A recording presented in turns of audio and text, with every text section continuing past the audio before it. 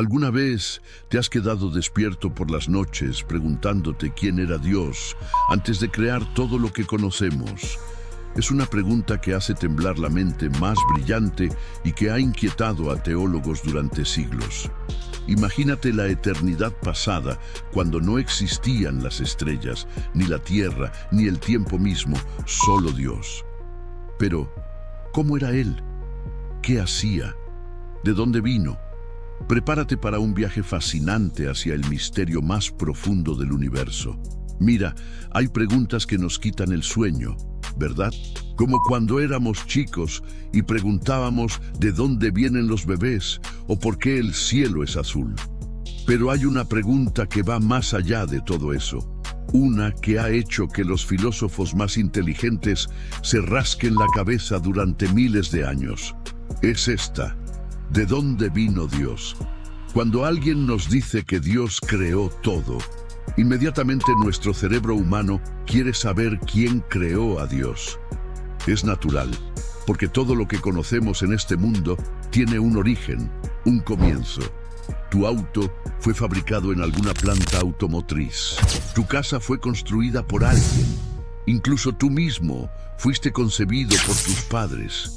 Todo tiene una causa, todo tiene un punto de partida. Pero aquí es donde las cosas se ponen realmente interesantes, amigo. La Biblia nos dice algo que desafía completamente nuestra forma natural de pensar. En el libro de Apocalipsis, capítulo 1, versículo 8, Dios mismo declara: «Yo soy el Alfa y la Omega, dice el Señor Dios, el que es y que era y que ha de venir, el Todopoderoso». ¿Te das cuenta de lo que está diciendo aquí? Él es el que es, el que era y el que ha de venir. No dice el que llegó a ser o el que fue creado, dice el que es en tiempo presente continuo. Es como si el tiempo mismo fuera irrelevante para él. En el Salmo 90, versículo 2, el salmista lo expresa de una manera que te va a dar escalofríos. Antes que naciesen los montes y formases la tierra y el mundo desde el siglo y hasta el siglo, tú eres Dios. Fíjate bien en esa expresión, desde el siglo y hasta el siglo. En hebreo, esa frase significa desde la eternidad pasada hasta la eternidad futura. Ahora, déjame contarte algo que me impactó mucho cuando era joven. Recuerdo que estaba en una clase de filosofía en la universidad y el profesor nos hizo una pregunta que me dejó pensando durante semanas. Nos dijo: si el universo tiene un comienzo, ¿qué había antes del comienzo? Algunos estudiantes dijeron nada, otros dijeron otro universo. Pero cuando llegamos a hablar de Dios, ahí es donde todo se complica. La mente humana funciona de manera secuencial. Pensamos en términos de antes y después, de causa y efecto. Es como cuando vemos una película. Hay un inicio, un desarrollo y un final. Pero Dios no es una película, hermano. Él no tiene inicio ni final porque Él mismo es quien creó el tiempo. En el libro de Isaías, capítulo 44, versículo 6, Dios hace una declaración impresionante. Así dice Jehová, Rey de Israel, y su Redentor Jehová de los ejércitos: yo soy el primero y yo soy el postrero, y fuera de mí no hay Dios. Aquí Dios está diciendo que Él es el primero, no porque fuera creado primero, sino porque antes de Él no había nada. Y es el postrero, no porque vaya a morir, sino porque después de Él no habrá nada más. Es como intentar explicarle a un pez qué es estar seco. El pez vive toda su vida en el agua, conoce solo la humedad. Para él, la sequedad es algo incomprensible. Nosotros vivimos toda nuestra vida dentro del tiempo, y la eternidad nos resulta incomprensible. Pero aquí está lo fascinante. Aunque no podemos comprender completamente la naturaleza eterna de Dios, podemos aceptarla por fe y explorar lo que las Escrituras nos revelan sobre Él, porque la Biblia no nos deja completamente a oscuras sobre este misterio. La pregunta, ¿de dónde vino Dios?, en realidad está mal formulada. Es como preguntar, ¿cuál es el color del número 7? O, ¿a qué sabe el sonido del violín? Son preguntas que no tienen sentido porque mezclan categorías que no van juntas. Dios no vino de ningún lugar porque Él trasciende el espacio. Dios no comenzó en algún momento porque Él trasciende el tiempo. Ahora que entendemos que la pregunta sobre el origen de Dios está mal planteada, necesitamos dar un paso más profundo. Imagínate por un momento que eres un personaje de un videojuego. Para ti la realidad es esa pantalla, esas reglas del juego, ese mundo digital. Pero el programador que creó ese videojuego existe fuera de esa realidad. Él no está sujeto a las reglas del juego que creó. Algo parecido pasa con Dios y nuestra realidad. Nosotros estamos atrapados dentro del tiempo y el espacio, pero Dios existe fuera de estas dimensiones. En 2 de Pedro, capítulo 3, versículo 8, encontramos una pista fascinante. Mas, oh amados, no ignoréis esto, que para con el Señor un día es como 1000 años, y 1000 años como un día. ¿Te das cuenta? Para Dios el tiempo no funciona como para nosotros. No es que Él viva muy lentamente o muy rápidamente, es que Él trasciende completamente el tiempo. Imagínate que pudieras ver toda tu vida como si fuera una película pausada. Puedes ver tu nacimiento, tu infancia, tu juventud, tu vejez, todo al mismo tiempo. Eso es más parecido a cómo Dios ve la historia. En el libro de Isaías, capítulo 46, versículos 9 y 10, Dios hace una declaración que nos deja boquiabiertos. Acordaos de las cosas pasadas desde los tiempos antiguos, porque yo soy Dios, y no hay otro Dios, y nada hay semejante a mí, que anuncio lo porvenir desde el principio y desde la antigüedad, lo que aún no era hecho. Mira esa frase, anuncio lo porvenir desde el principio. Dios puede hacer esto porque para Él no hay porvenir. Él ve todo el panorama completo de la historia como nosotros vemos una fotografía. Pasado, presente y futuro son conceptos humanos que no aplican a Dios de la misma manera. Recuerdo una conversación que tuve con un físico cristiano hace algunos años. Me explicó algo que me voló la mente. Me dijo que según la teoría de la relatividad de Einstein, el tiempo no es una constante universal, depende de la velocidad y la gravedad. Un astronauta que viaja a gran velocidad envejece más lentamente que alguien en la Tierra. Si esto es cierto en el mundo físico que conocemos, ¿te imaginas cómo debe ser para un Dios que trasciende toda la física? Pero no necesitamos física cuántica para entender esto.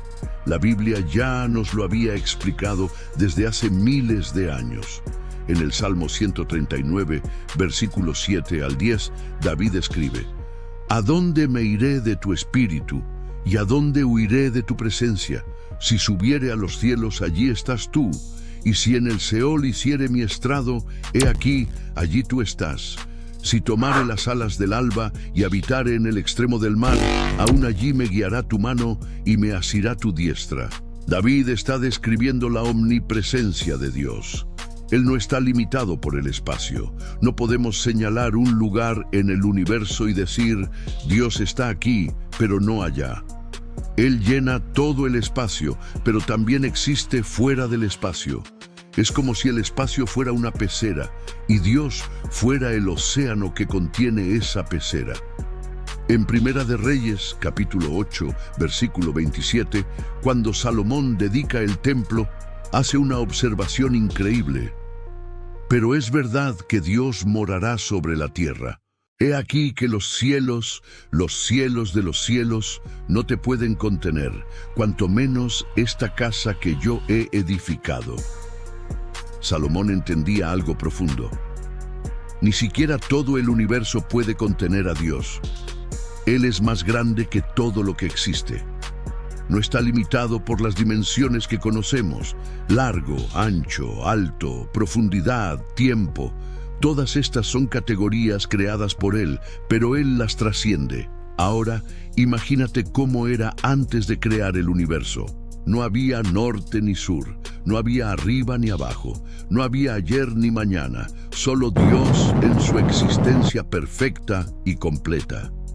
Para nosotros es imposible visualizar esto porque nuestro cerebro necesita puntos de referencia, pero Dios no necesita puntos de referencia porque Él es el punto de referencia absoluto. Esto nos lleva a una comprensión asombrosa.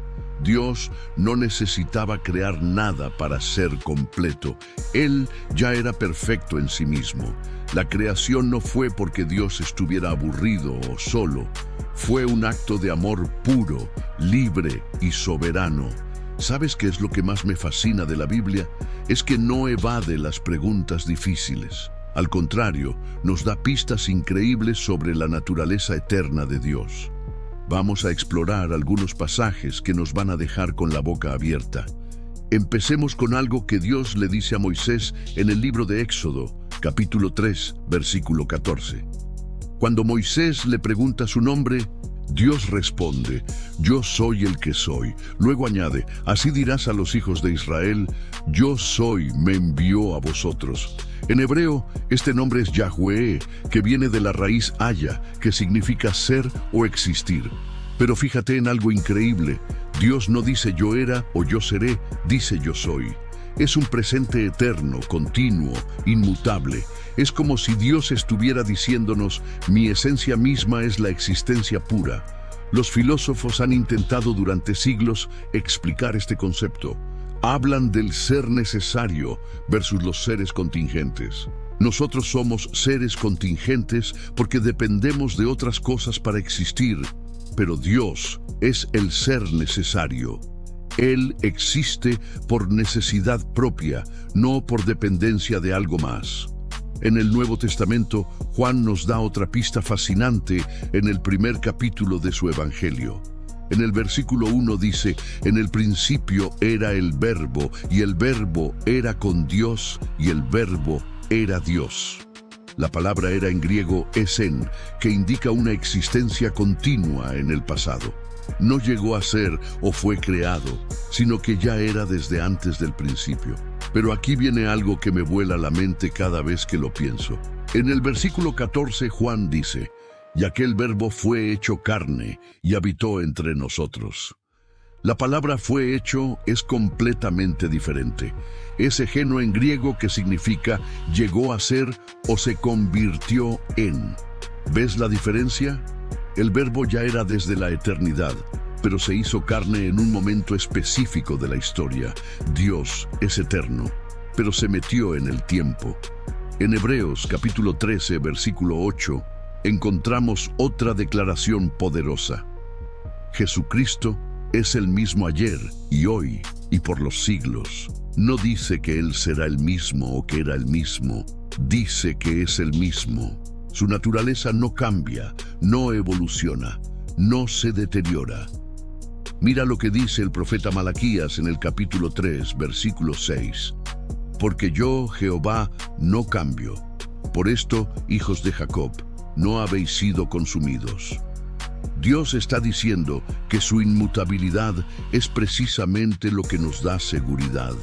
Si Dios cambiara como cambiamos nosotros, no podríamos confiar en sus promesas. El Salmo 102, versículos 25 al 27, nos da una imagen hermosa de esta eternidad. Desde la antigüedad fundaste la tierra, y los cielos son obra de tus manos. Ellos perecerán, mas tú permanecerás, y todos ellos como una vestidura se envejecerán. Como un vestido los mudarás, y serán mudados. Pero tú eres el mismo, y tus años no se acabarán. Imagínate esta escena. Todo el universo con sus galaxias gigantescas y sus billones de estrellas es comparado con ropa que se envejece y se cambia. Pero Dios permanece igual. No envejece, no se cansa, no necesita renovarse.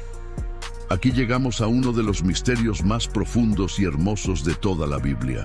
¿Qué pasaba dentro de la Trinidad antes de que existiera cualquier cosa creada?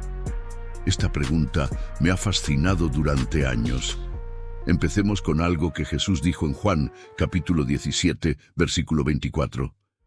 En su oración al Padre, Jesús declara: porque me has amado desde antes de la fundación del mundo. ¿Te das cuenta de lo que está diciendo aquí?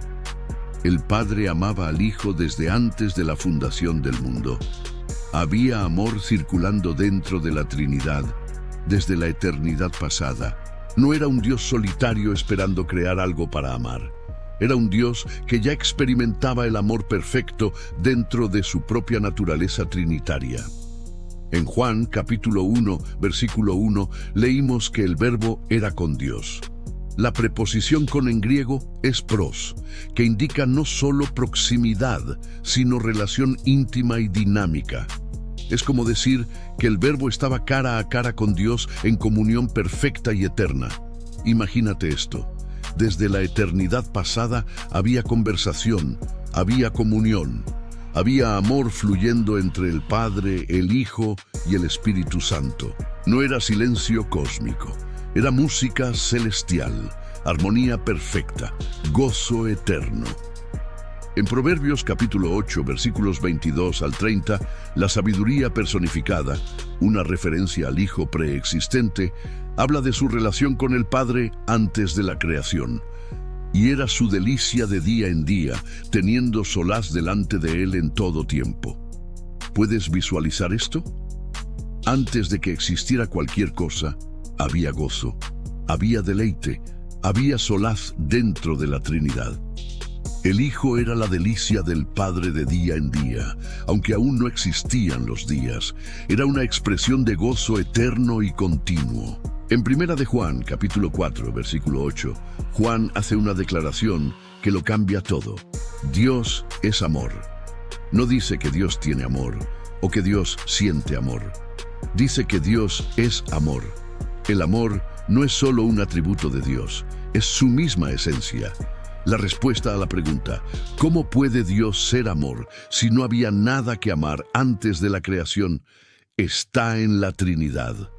El amor perfecto ya existía eternamente entre el Padre, el Hijo y el Espíritu Santo. No necesitaban crear nada para experimentar amor. Lo que más me impacta de todo esto es que la creación no fue porque Dios necesitara algo. Fue un desbordamiento del amor perfecto que ya existía dentro de la Trinidad. Era como una fuente que está tan llena que no puede evitar derramarse. Dios no creó por necesidad, sino por abundancia. Efesios capítulo 1, versículo 4, nos dice que, según nos escogió en Él antes de la fundación del mundo, los planes para nuestra salvación, para nuestro amor, para nuestra adopción como hijos, ya estaban siendo discutidos y planificados en los consejos eternos de la Trinidad. Trata de imaginarte esto por un momento, un punto en la eternidad pasada, cuando absolutamente nada existía, excepto Dios. Solo Dios en toda su plenitud, gloria y perfección. En Colosenses capítulo 1, versículo 17, Pablo escribe algo que me quita el aliento cada vez que lo leo. Y Él es antes de todas las cosas, y todas las cosas en Él subsisten. En Hechos capítulo 17, versículos 24 y 25, Pablo explica algo fascinante. Ni es honrado por manos de hombres, como si necesitase de algo, pues Él es quien da a todos vida y aliento y todas las cosas. Pablo está diciendo que Dios no necesita nada. Antes de crear cualquier cosa, Él ya era completamente autosuficiente. No tenía vacío que necesitara completar. Era y es perfecto en sí mismo. Si Dios era perfectamente completo antes de crear algo, ¿por qué creó? La respuesta no está en una necesidad de Dios, sino en su naturaleza misma. En Primera de Juan capítulo 4, versículo 16, leemos: Dios es amor, y el amor por su propia naturaleza se desborda, se comparte, se expresa. Dios, siendo amor perfecto, bondad infinita, creatividad absoluta, expresó su naturaleza creando. Fue un acto libre, no forzado. En Juan capítulo 17, versículo 5, Jesús hace una oración que nos da un vistazo increíble a esta gloria eterna. Ahora pues, Padre, glorifícame tú al lado tuyo, con aquella gloria que tuve contigo antes que el mundo fuese. Él tenía gloria con el Padre antes que el mundo fuese. Era una gloria compartida, una gloria mutua dentro de la Trinidad. En Primera de Timoteo, capítulo 6, versículo 16, Pablo describe a Dios como el que habita en luz inaccesible. No es que esté escondido, es que está rodeado de una luz tan intensa, tan pura, tan gloriosa, que es inaccesible para cualquier ser creado. En la eternidad, esta gloria no tenía que ser velada, no tenía que ser limitada, existía en toda su plenitud, intensidad e infinitud. Era gloria perfecta, contemplando gloria perfecta dentro de la Trinidad. Necesitamos entender algo fundamental. Los atributos de Dios no son como las características humanas que pueden desarrollarse o mejorarse. Desde la eternidad pasada, Dios ya poseía en perfección absoluta todas las cualidades que lo hacen ser quien es. En el Salmo 147, versículo 5 leemos: «Grande es el Señor nuestro y de mucho poder, y su entendimiento es infinito». Esa palabra infinito significa sin límites, sin fronteras. Imagínate a Dios antes de crear el primer átomo, ya poseyendo conocimiento infinito. En Isaías, capítulo 40, versículos 13 y 14, encontramos preguntas retóricas. ¿Quién enseñó al Espíritu de Jehová o le aconsejó enseñándole? La respuesta obvia es nadie. Dios nunca fue estudiante, nunca fue aprendiz. Desde la eternidad ya poseía toda sabiduría. Su omnipotencia es parte de su naturaleza misma. En Jeremías capítulo 32, versículo 17, el profeta declara: «Ni hay nada que sea difícil para ti». El poder de Dios es como la luz del sol que no decide brillar. Simplemente brilla porque es su naturaleza. En Santiago capítulo 1, versículo 17, leemos algo que me da una seguridad increíble. «Toda buena dádiva y todo don perfecto desciende de lo alto, del Padre de las luces, en el cual no hay mudanza ni sombra de variación». Esta inmutabilidad de Dios es algo que debemos entender bien. No significa que Dios sea como una piedra inmóvil. Significa que su carácter, su naturaleza, sus propósitos son absolutamente confiables. Nunca mejora porque ya es perfecto. Nunca se deteriora porque es inmutable. Y su inmutabilidad nos da seguridad. En Malaquías, capítulo 3, versículo 6, Dios dice: «Porque yo, Jehová, no cambio. Por esto, hijos de Jacob, no habéis sido consumidos». Si Dios cambiara, sus promesas no tendrían valor. Aquí llegamos a los decretos eternos de Dios. Antes de que existiera el tiempo, Dios ya había planificado todo lo que sucedería. No como una película que ya está grabada, sino como los planes perfectos de una mente infinita. En Efesios capítulo 1, versículo 11, Pablo nos dice algo que me quita el aliento. Habiendo sido predestinados conforme al propósito del que hace todas las cosas según el designio de su voluntad. Estos planes no son improvisaciones, son designios eternos. En 2 de Timoteo, capítulo 1, versículo 9, Pablo explica algo increíble. Según el propósito suyo y la gracia que nos fue dada en Cristo Jesús antes de los tiempos de los siglos. Antes de que existieran los siglos, ya se había tomado la decisión de salvarnos, ya se había planificado el sacrificio de Cristo. En Romanos capítulo 8, versículos 28 al 30, encontramos la famosa cadena dorada de la salvación. A los que antes conoció, también los predestinó, también llamó, también justificó, también glorificó. Desde la perspectiva eterna de Dios, tu glorificación futura ya es una realidad completada. En Jeremías capítulo 1, versículo 5, Dios le dice al profeta: «Antes que te formase en el vientre te conocí». Dios te conocía antes de que fueras concebido. Pero aquí está lo hermoso. Estos planes no son fríos y mecánicos, son planes de amor. En Jeremías capítulo 29, versículo 11, Dios declara: Porque yo sé los pensamientos que tengo acerca de vosotros, dice Jehová, pensamientos de paz y no de mal. Tu vida no es una serie de accidentes cósmicos. Eres resultado de planes eternos formulados en amor. Después de este viaje fascinante, llegamos a una conclusión humilde, pero hermosa. Hay misterios que permanecerán como misterios, pero también hay certezas gloriosas. Dios es eterno, Apocalipsis 1:8. Dios es inmutable, Malaquías 3:6. Dios es amor, 1 Juan 4:8. Dios es perfecto en todos sus atributos. Los planes de nuestra salvación ya existían antes de la creación. Moisés escribió algo que debería darnos paz. Las cosas secretas pertenecen a Jehová nuestro Dios, mas las reveladas son para nosotros y para nuestros hijos para siempre. Deuteronomio 29:29. Ahora conocemos en parte, pero un día veremos cara a cara.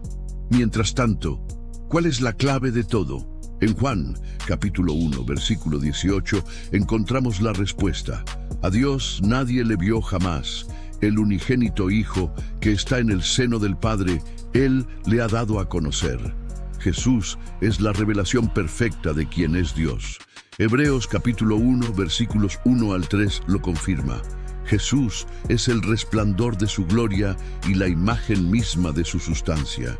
Al final de este viaje, me quedo con una sensación de asombro y gratitud.